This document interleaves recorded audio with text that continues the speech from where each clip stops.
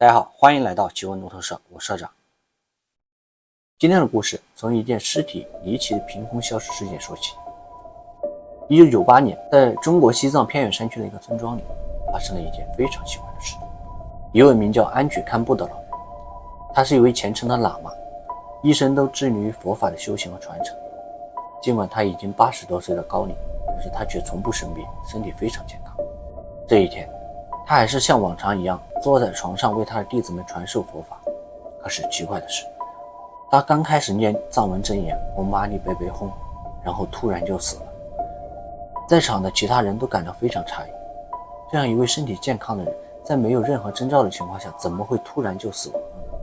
于是弟子们找来一件薄薄的黄色僧袍为安曲堪布盖上，并且为他开始虔诚祈祷。但是随着时间的流逝，他们发现安曲堪布的身体开始变得越来越小，而且他的身体开始逐渐变成粉红色。1周以后，令所有人震惊的一幕发生了，他们发现安曲堪布的尸体竟凭空消失了，床上除了几根头发，什么都没有留下。弟子们对此事感到非常诧异，于是赶忙找来另一位喇嘛询问此事。匆匆赶来的另一位喇嘛看见眼前这一幕，似乎明白了什么，他只是双手合十，嘴里念叨：修得圆满，幻化红生。那他这句话到底是什么意思呢？这种离奇的现象又如何解释呢？于是我查阅了相关资料，发现在藏传佛教的传统中，他们认为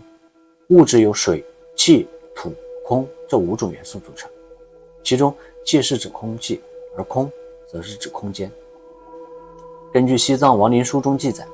构成宇宙和构成人体的元素相同，因此身体既是个体也是宇宙的整体。而佛教的冥想练习就是通过改变构成身体的5种元素的引力场，将它们转化成色谱中的5种辐射光，而这种光被他们称为红光。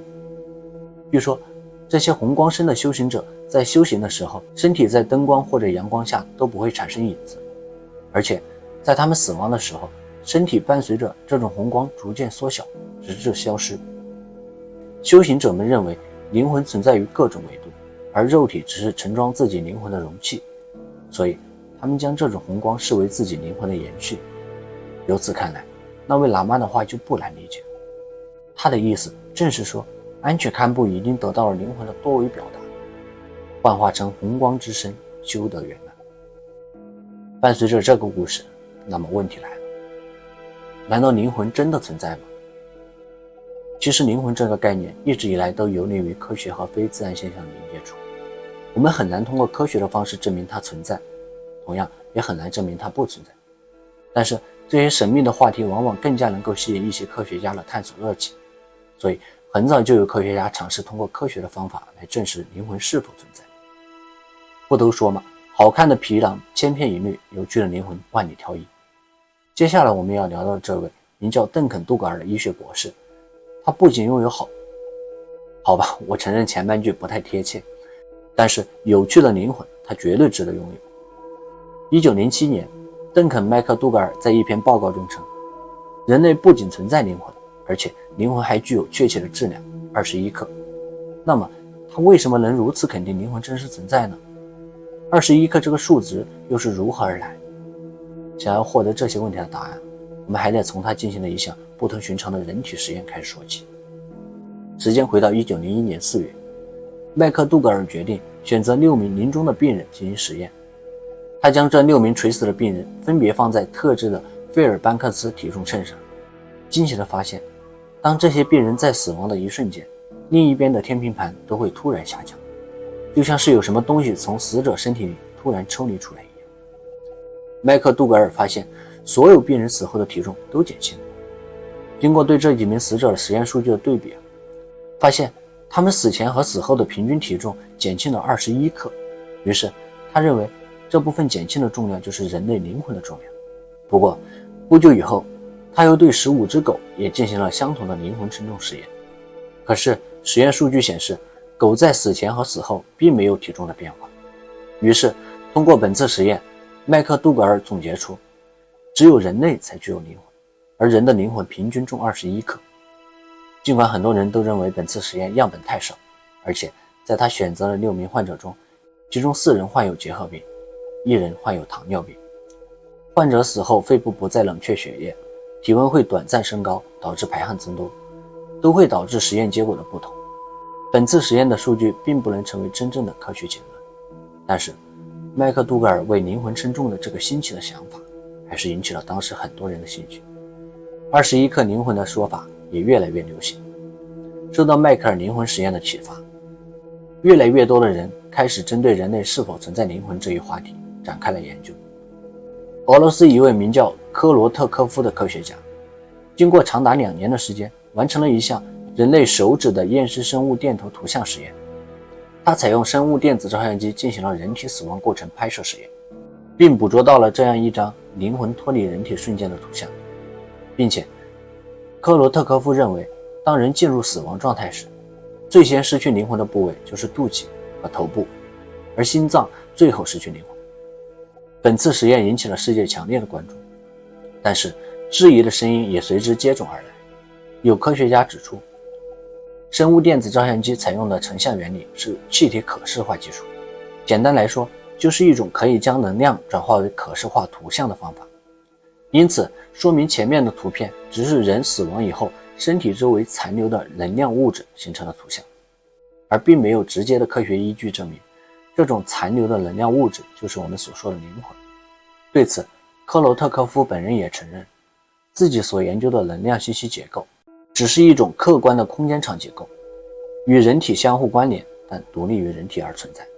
不久后，许多科学家又开始进行了灵魂摄影、灵魂出体等一系列实验。可毫无疑问，这些实验都没能从科学的角度证明灵魂的存在。不过，这些实验使越来越多的人开始相信，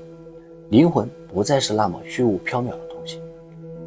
越来越多的人开始对人类是否真的存在灵魂这一话题展开了深入研究。俗话说，遇事不决量子力学。果然，直到量子力学的出现，针对这一话题的研究才取得了实质性的进展。著名物理学家罗杰·彭罗斯提出的量子灵魂理论，才以相当科学的方式解释了灵魂的存在。那么，罗杰·彭罗斯又是何许人也？这个量子灵魂理论又是怎么回事呢？而这个理论又从何而来呢？这些问题我们后面都会说到。罗杰·彭罗斯是2022年诺贝尔物理学奖获得者，他从小就具有异于常人的数学天赋。在他20多岁时就发现了许多数学定理，是牛津大学人尽皆知的数学天才。他不仅在数学方面拥有极强的天赋，在物理研究方面的造诣也非常高。罗杰·彭罗斯刚进入物理研究领域时，就结识了著名的物理学家史蒂芬·霍金。他用数学的方法证明了，当一个巨大的天体坍缩成黑洞时，一定有一个质量无限大、体积无限小的点，越接近这个点，引力就越大，而宇宙中所有的坍塌最终都会形成这个点。这就是著名的基点定理。在这个定理的基础上，斯蒂芬·霍金认为整个宇宙都源于这样一个基点，也因此才有了后来著名的宇宙大爆炸理论。那这与我们前面提到的量子灵魂理论之间又有什么联系呢？想要弄清楚二者之间的联系我们就必须先要了解一下到底什么是量子灵魂。其实量子灵魂最早源于2位名叫哈莫罗夫和迪帕克·乔普拉的医学博士。他们在2012年针对人类身体之外的意识概念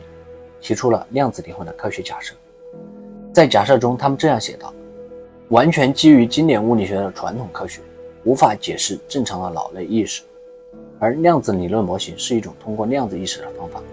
将大脑过程与基本时空几何的波动联系起来，这是宇宙的精细结构。他们认为，当时在量子力学研究方面有显著成果的罗杰·彭罗斯不会赞同他们这种与他物理思想有关的提议。令哈莫罗夫出乎意料的是，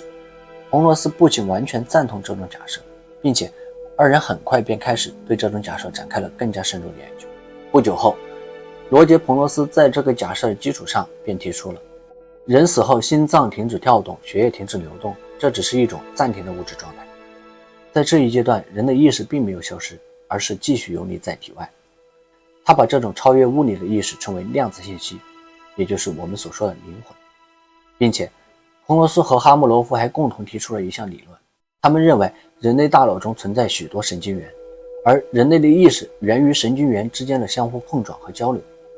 神经元和大脑细胞中存在大量电子，这些电子之间相互形成量子纠缠态，而量子理论中的量子纠缠态在宇宙中无处不在。因此说明人类的意识可能不仅存在于人类的大脑中，当人体失去生命的时候，这种意识很可能会以量子纠结态进入宇宙，从而出现在宇宙的任何地方。这也就是量子灵魂理论。而量子灵魂的理论基础也正是源于彭罗斯先前证明的基点定理。但是他虽然用这种比较科学的方式对人类是否存在灵魂这一问题做出了解释，可是依然还有很多科学家认为，所谓的量子灵魂理论只不过是用了一种科学的方式研究了并不科学的事物。这让我想到了著名物理学家爱因斯坦的那句话：当科学发展走到尽头的时候，你会发现神已经在那儿等了几千年。爱因斯坦真说过，不信你搜。好，今天的节目就到这里了，我们下期见。